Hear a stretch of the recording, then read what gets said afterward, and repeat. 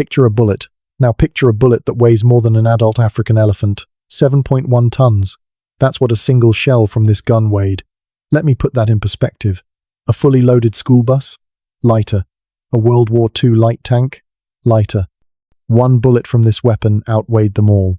The gun itself? 1,350 tons of steel. The largest weapon humanity has ever built. And operating it didn't require a crew. It required a small town. 5,000 people. Engineers, soldiers, anti-aircraft battalions, camouflage specialists, all serving one single gun. Sounds impressive, right? Here's where it gets embarrassing. This engineering masterpiece, this ultimate weapon that Nazi Germany poured a fortune into, it fired exactly 48 times, total. Then it was melted into scrap. How does the biggest gun in human history become one of the greatest military failures ever recorded? 1935. Adolf Hitler couldn't sleep. The reason was concrete. Literally. A wall of bunkers stretching across the French border. The Maginot Line. Thousands of fortified positions. Underground tunnels. Artillery nests. All designed with one purpose: to bleed Germany dry for every inch of French soil. Some bunkers had walls over 3 meters thick. Standard artillery couldn't even dent them. Hitler didn't want precision. He wanted destruction. He wanted a sledgehammer from the heavens. So he called Krupp, Germany's legendary arms manufacturer. This family had been building cannons since the 30 Years' War, 4 centuries of weapons expertise. Hitler gave them one impossible demand: build me a gun that can crack open any fortress on Earth. Krupp's engineers accepted the challenge. What they created broke every record in existence. Imagine a weapon nearly 50 meters long. That's not a gun. That's a 4-story building lying on its side. Half a football field of solid steel. The barrel alone was so enormous that a grown man could walk through it standing upright. 800 millimeters in diameter. You could park a compact car inside. The range? 46 kilometers. Run a full marathon. Then keep running for another 4 kilometers. That's how far this gun could hit. Targets so distant the crew couldn't see them with their naked eyes. But here's the engineering nightmare that almost killed the whole project. How do you move 1,300 tons? Normal railway tracks? They'd shatter like glass. So Krupp designed something unprecedented. A twin-track system. 2 parallel rail lines running side by side. The gun rode on a specialized carriage with 80 wheels. 80. All to distribute that crushing weight across both tracks. They christened it Schwerer Gustav, Heavy Gustav, named after the Krupp family patriarch. On paper, it was flawless. The ultimate siege breaker. Unstoppable. Unmatched. On paper.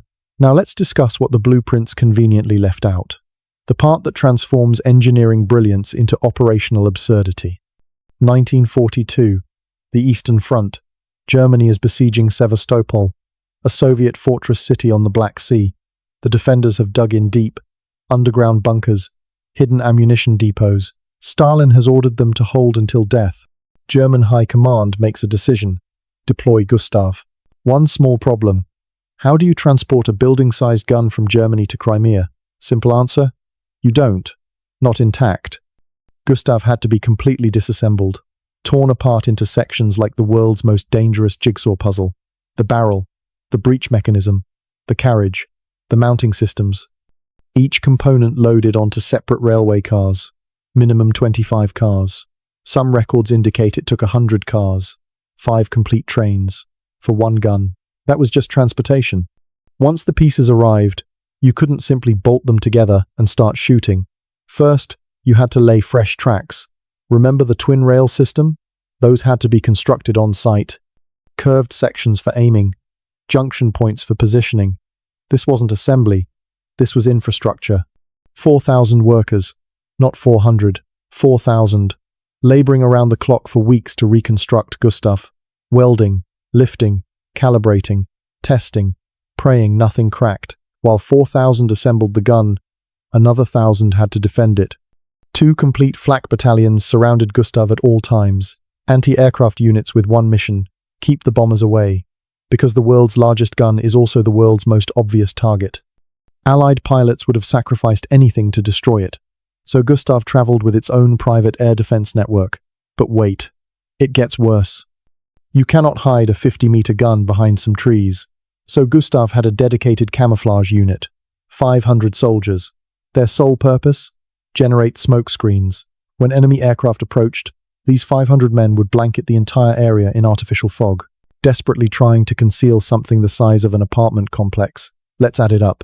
Transport crews, assembly workers, anti-aircraft gunners, smoke troops, ammunition handlers, command staff, security personnel. 5,000 people, a small town's population, all dedicated to operating one weapon. Ask yourself honestly, is any gun worth that price? June 1942. Sevastopol. Gustav is finally operational. German commanders have identified their targets. Soviet fortifications that have resisted everything conventional. Bunkers buried so deep that normal shells detonate uselessly on the surface. One target obsesses them above all others. Fort Stalin. A reinforced position guarding a massive underground ammunition depot. Intelligence reports it sits 30 meters below ground. 30 meters of rock, concrete, earth. Nothing in existence can reach it. Gustav fires. 7 tons of steel and high explosive arc through the sky. Nearly a minute of flight time. The shell punches through the surface, keeps traveling, 30 meters down, detonates inside the ammunition depot. The explosion is catastrophic. Secondary blasts chain through the underground complex. One shot accomplishes what weeks of conventional bombardment could not. German soldiers called it the whip of God. For one shining moment, Gustav justified every Reichsmark spent on it. Then reality delivered its verdict. Gustav had a fatal flaw, a devastating one. The gun was essentially blind. Day 1 of combat operations, shells missed targets by 120 meters, 150 meters. At those distances, with that reload time, you might as well throw rocks at the enemy. Gustav was a siege weapon, engineered to destroy stationary targets, fortresses, bunkers, things that don't move. But warfare in 1942 had evolved beyond sieges. It was about armor, mobility, lightning strikes. General Heinz Guderian, architect of German tank warfare, allegedly remarked about Gustav, "Certainly you can fire at tanks, but I guarantee you'll never hit one." He was absolutely right. And here comes the final humiliation. The pressure inside Gustav's barrel was so extreme that each shot degraded the weapon. After just 48 rounds, the barrel was destroyed. The rifling was gone. Accuracy dropped to 0. 48 shots. Years of development. Millions in funding. Thousands of workers. 5 trains for transport. 48 shots. Then, it needed a complete barrel replacement. Gustav's practical combat lifespan? Days. Perhaps a week if handled gently. By 1945, Germany was dying. Allied forces closed in from every direction. After Sevastopol, Gustav never fired in combat again. Too slow, too costly, too impractical. A perfect weapon designed for a war that no longer existed. Hitler ordered its destruction. He refused to let this symbol of German engineering fall into enemy hands. So the largest gun ever constructed was demolished by its own creators. Cut apart, melted down, reduced to scrap metal. German General Franz Halder delivered the perfect epitaph. An extraordinary piece of engineering, but utterly useless. He was correct. Consider this. The resources consumed by Gustav, the steel, the manpower, the railway cars, the ammunition could have produced 60 Tiger tanks. 60. Each one mobile, flexible, capable of fighting across multiple theaters simultaneously. Germany chose differently. 1 gun, 48 shots, then an expensive mountain of scrap. Gustav wasn't destroyed by Allied bombers or Soviet artillery. It was destroyed by its own ambition. The engineers asked, "Can we build this?" They never paused to ask, "Should we?" So here's my question for you. 1940. You're a German general. Someone presents the Gustav blueprints, history's largest gun, but nearly immobile, astronomically expensive, only effective against targets that barely matter anymore. Do you approve it? Or do you take those resources and build something else? Something faster, more adaptable, something that might actually win a war? Tell me your answer in the comments. I genuinely want to know. And if this story changed how you think about warfare and engineering, subscribe. This channel is dedicated to stories like this, weapons that shaped history, machines that defied physics, and the humans insane enough to build them. See you in the next one.